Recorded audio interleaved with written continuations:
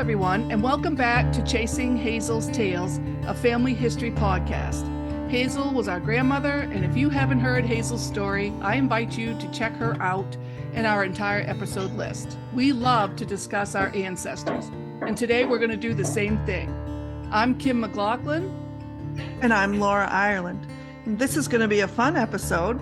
We've been talking about how much it means to find or reunite with our families, and the great feeling of finding that home, that homey feeling or the connection when you weren't even looking for it. So today we have our special guest correspondent, Lisa Goodwin, is back. Hi, I'm so excited to be here. We're happy to have you. Yeah. And a few others. So to recap, we are celebrating the love story of Salvatore and Ruth Nicolai. Salvatore was one of 6 siblings and emigrated to the United States in 1912. His mother and father were Domenico Nicolai and Lucrezia Scorzino. He had 2 sisters, Maria and Filomena, 3 brothers, Giuseppe, Cesare, and Consalvo. They were all born in Montefiscone, Italy. But to note, following the descendants of Domenico Nicolai and Lucrezia Scorzino, they have family on 4 continents: North America, South America, Europe, and Australia. So that's a lot to keep up with. And we have covered Salvatore and Consalvo moving from Italy, but there were also descendants of Filomena that went to Australia. And so that branch is going to need a little more research, and stay tuned for that. Okay, and we want to introduce you to the cousins that descend from 2 of Salvatore's brothers. Also, we want to make a note that each time we've gathered with family, these 2 have served as our interpreters. And we thank them very, very much, because we couldn't have had all the fun that we did if we hadn't had interpreters. So we love them dearly. So first we have Maria Nicolai, and she descends from Consalvo, who emigrated to Argentina. Say hello, Maria. Hello, everyone. She's our Argentinian. And second is Michela, and she descends from Cesare Nicolai, and that family stayed in Montefiscone. Hi, everyone. Very good to hear from both of you. So we'll put it over to Lisa to start. Okay, so I have some questions for Maria first. Can you tell us a little bit about Consalvo? Well, I can tell you that he was my grandfather. Yeah, but the thing is, he died before I was born. So I did not meet him, really. I know about him because my father talked to me about him, and well, the research also that I think all the Nicolai's family do this. Yeah. Like look for our ancestors, where he came from, and well, all that, you know.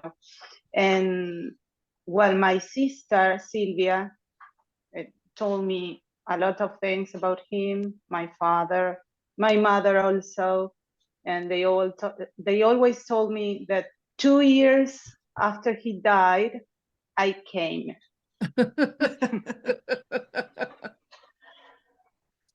And if all of you remember that history, Consalvo is the brother of Salvatore. Yeah, that he came here to Argentina when he was 16, that there was a cousin waiting for him. He was, I can't remember now his name. Was it Jose? No. Okay. He was with long B, but wait a minute, can I ask my mother? Sure. Yes. Mami, ¿cómo se llamaba Uncle Burla? Okay, Burla. Okay. Yeah, I changed the language, and I remember suddenly. Yeah, Uncle Burla. Yeah, because we called him Tío Burla. I could meet him. So I remember Burla very well, and Mhm. my grandfather was like him because they were almost the same age. Mhm. So, what was it like to meet your Italian relatives for the first time? Well, I have to be honest. I went to England first to study, and my father knew I was going to be very close to them, and he told me, "You have to meet our Italian family." And I said, "Well, I don't know. I don't know how to speak Italian. I don't know them. You are the one who speaks with them always." And he like pushed me at the beginning, you know. And when I was there, I felt like, I don't know, like in my house, you know, at home, Yep. really. Mhm. I think, and it was amazing, really. My mother is like telling me all the rest. Sí, sí, bueno, ya me va a tocar, ya me va a tocar. So really, you had kind of the same feeling we had of that feeling Yeah. of being home, because that's the way that I had Exactly. described it. Yeah. So Yeah. how old were you when you learned about your relatives in the United States? Oh, let me think. I think I was 11 or 12, more or less. I started writing letters with Sylvia Sanders. And yeah, I was very young because I remember my teacher of English helped me with the letters. Oh, that's really cool. Yeah. So did you reach But out to Sylvia, or did she contact you first? she contacted us, but not me. I think I didn't exist when she got in touch, and she started writing letters with my sister Sylvia, Mm-hmm. you know. And one day, my grandfather received a letter, and the letter said Sylvia Nicolai. So he went to my sister and tell her, "Did you write a letter to us?" And she said, "No, it's not me." And apart from that, it was from the USA. So they opened the letter and they discovered all the story on the other country, you know. Oh, So that's neat. that, yeah, she was the one who contacted us. I think she spread like all the lines or the change, yeah, Yep. to put Mhm. all together again. Yep. She was Yeah, the so one. she really was the Yeah. impetus that connected everybody together. It was her. Yeah, exactly. So those of us in the United States, we have a real strong desire to learn more about our family in Italy and in Argentina. So do you have that same type of desire to meet these relatives that you didn't know? Yeah. As you know, I went to the US the first time to work, and of course that was like the excuse, let's say, because yeah, it was like the first thing was to go out from Argentina for work. That honestly, I wanted to know everyone there and how you grew up and everything. Yep. And I don't remember if it was before or after. No, it was after going to Italy, actually. And yeah, I wanted to know about everyone. Also Filomena's family, that I couldn't get any information about her and the family living in Australia. So it was difficult from that side. But yeah, I wanted to know everyone. And the first one, we met there in the US. And the second time, I realized who I met. You know, I was so young, I couldn't realize who was who. Mhm. You know what I mean? I understand. Yes. It's a lot of I people. remember coming to Aunt Siv's and meeting you. I brought my mother down. That was a really exciting day when we got to meet you. Yeah, we drove, yeah. well, 3 hours to get there and then 3 hours home that day. But it was all well worth it. Absolutely. Yeah, I have pictures from that day. Yep. So nice. Yeah, that was an incredible time. It Yeah. really was. Okay. So All right. now we're going to go on to Michela. Put her in the hot seat for a little while.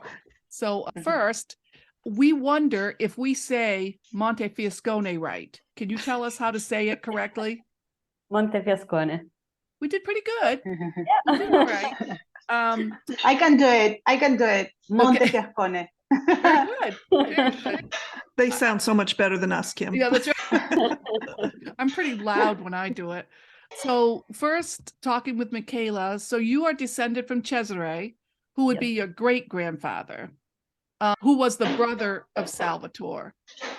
And he died, of course, before you were born. But do you know any stories about Cesare? Do you? So yeah, my mom talked about him a lot. She said he was like really sweet man, Mhm. and like, it was the opposite of my great grandmother that I met. She was like really serious, and she was really straight. And he, on the opposite way, he was like really funny and always like doing troubles, basically. Yeah. Yeah. And he was really a kid person, so he used to play with my mom and with my aunt like all the time. And like they used to play, she always tell me that they used to play hairdresser. So they used to make him doing the customer. So they used to wash his hair, like cut him, cut his hair all the time. And my great grandmother was like upset all the time. He was just playing with the kids, basically. Yeah. And then he used to wear this like flat hat. I don't know how to call it in English. And then he used to hit them with the hat wherever they were doing like troubles or like too much noise and Yeah. stuff. So yeah. That's better than a belt. Go ahead. He was really sweet. Yeah. Do you recall any stories or hearing any of the Italians talk about when Ruth, Sylvia, and Dee Dee came to visit in the 1970s? Was So that? yeah, my mom was really young at the time, so she doesn't remember much. But what she remembers is like my grandmother telling her stories. So they were really happy, of course, to finally meet them and to see them. And they were also curious to see like how they looked like and Right. how they lived and whatever. But the thing was that back at the time, basically no one could speak English in Italy. So we only had this one cousin that was their translator all the time, but it was working, so he couldn't be with them most of the times. Oh. And so like one of the stories that my mom always tell me, and it's really funny, I think, they couldn't speak. So basically they talk with their hands, with gestures and these kind of things. And one day they were cooking lasagna or something like that. And so my grandmother, they wanted to give them apron, but they didn't have enough for everyone. And so they were talking in Italian or like in slang. And they were saying like, ma chi sì, ma chi no, that it means to whom yes and to whom no, because they didn't have enough. And the Americans, they understood like monkeys. So they were saying that they looked like monkeys. And like they were laughing and laughing, and at some point they stopped, and they were serious all the time, like from that point. So in the evening, when the cousin that could speak English arrived, they tried to explain the situation, and they said, like, we don't know what we did, but probably something wrong, because they were pretty serious from that point. And then, like, you know, he was talking to Ruth and Sylvia, he understood what happened, and then they were laughing again. Yeah. It's all in the translation. Oh. Do you know if any of your relatives knew what had happened to Salvatore? Did anybody know if he was alive, or if? So I asked my mom, she doesn't remember, because of course it was like really long time ago. The only thing that she could tell me that, like, when he left, you know, communication was really hard between Italy and America, or like outside Italy. So at the beginning, they just thought it was good and safe, but just he didn't have any way, you know, to talk to them. And just after a while, they start to worry that something might happen to him. And I think that's one of the reasons why also Consalvo left for America. Right. But yeah, it went all the other Okay. way. Yeah. Mhm. And so do you know why Salvatore and Consalvo left? So back then, like, Italy was quite a poor country. So many Italians used to leave, you know, to America to, you know, find fortune, to find a good job, because in Italy, Right. like, we mainly work land and stuff like that. Mhm. So yeah, that was the main reason. Then the war was coming, so I think it was like both of them together, but mainly, you know, to find jobs. Right. I can understand that. So you live in Italy, where all the Nicolais are, and so Yeah. it seemed, I don't, you know, you had already met the Americans once, and when we came the next time, how did everybody feel about the Americans, and what were their thoughts about, I don't know, how Really excited to meet you, and we were really happy. As when Maria Marta and Marta came, we were just happy to meet you finally. Mhm. And you know, I think it's pretty clear that Italians, like, really want to feel everyone at home, and like we give a lot of importance for food. Yeah. So like my mom and my auntie, they were like just worried that we didn't give you enough food, or wine, or like this kind of thing. That's not possible. We were very well treated. They took care of us. Yeah, we may have thought that we drank too much wine. Yeah. Should we have stopped drinking wine? I don't know. Well, no, that for us it was okay. Like, we used to drink like that when we gather all together. It's not Yep. much for us.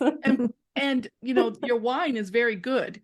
I mean, so we really enjoyed it. Yeah. And one thing that I noticed that I kind of felt funny about was, you know, we don't stay up as late, and Maria knows because she's been to the United States. We don't stay up as late. Argentina and in Italy, they have supper that starts at 8 or 9 or 10 o'clock, and for us, we're in bed by 9 o'clock. So I felt like I was missing out.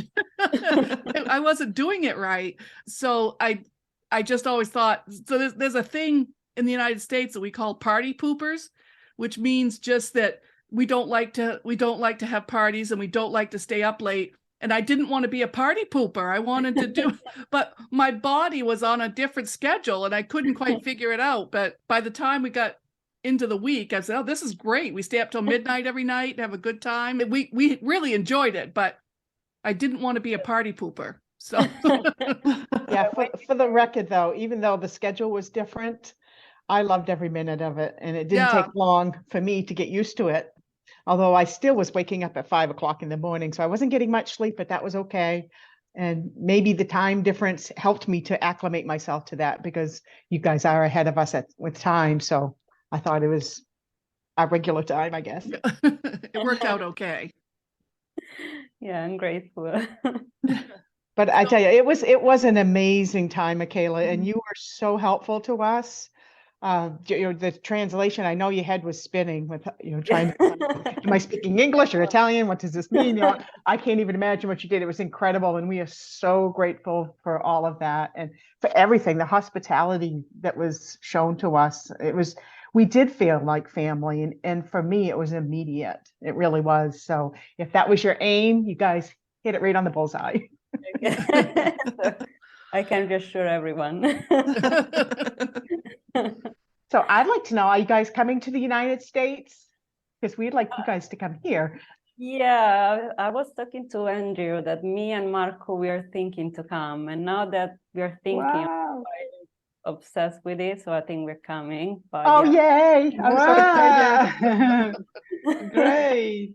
Yeah. I will let you know, but like it's 99% sure that we're coming. Oh, that is so exciting. That's good news.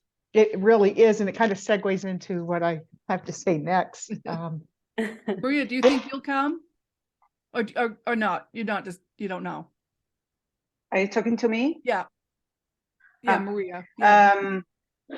I don't know. I can't tell you. It's I really hope hard. so, but I don't. Yeah, it is.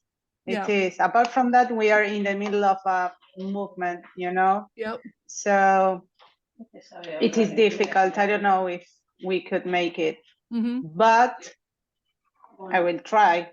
Yep. Obviously, I will do my best. So this year marks the 100th anniversary of the marriage of Salvatore and Ruth. And we are celebrating in August and bringing together the grandchildren, great and great grandchildren of Salvatore and Ruth. Just my mother's family has 74 descendants. So there'll be quite a few people at this reunion. Get ready, Michela. So while I'm planning this event, I thought, wouldn't it be awesome to have some relatives from Italy and Argentina join us? To me, that would complete our circle. It would be wonderful to have as many family members attend as possible from all over the world. Even though it's in my backyard and I've only got limited space, I want to welcome everybody. So how much joy would that bring the ancestors? We think about it. I'm sure the decibel level of our voices and laughter would reach the heavens. For sure. Yeah, can you imagine that? So did you guys have anything else that you wanted to add to any of this, or no? Maria and Michela. No, the only thing, you were saying at the beginning that you're gonna investigate also the Australian side of the family. So if you find out something, I would be curious to know as well. Right. So we do have one connection there, but I don't know how much information they have. Right. And I won't say their name on air, but just because I don't know that they want me to, but I'll text you. But I do know someone over there, and I do have some of the branches filled out, but there are quite a few branches there as well. I mean, more than I knew. So yeah, I'll send it to you. Okay. Okay, great. We'll invite them. Yeah, why not? All right, so it's been a real pleasure for me learning about the Nicolai family history. As we've moved through the story, I couldn't help but keep thinking that it reminds me of the butterfly effect, sort of the human example of the butterfly effect. The young Nicolai men moved far away from their homes. They worked, they married, they had their families, and those decisions changed the family history and created the wonderful families that we know today. And all those families are reconnecting and sharing their stories. And I think that most of us as American families, we have a story that involves someone taking a leap of faith or a desperate journey or something in between in their history, because we all have ancestors who lived in different lands. So I'd like to encourage all of our listeners to get to know your family story, and whether the lore aligns with the actual history or not, it's still the reason we're all here today, and it's always worth investigating. Okay, so thanks to everyone for listening to this great story. We hope you enjoyed it. please feel free to contact us at chasinghazelsTales@gmail.com. We'd love to hear your stories or comments about ours. Please rate and review our podcast through whatever platform you use to listen. It is appreciated. For next time, we'll be taking a short break and we won't be back until March 1st. If you get an opportunity to chat with your elders, write it down, share it with your family. It is the best. And you never know what you will learn.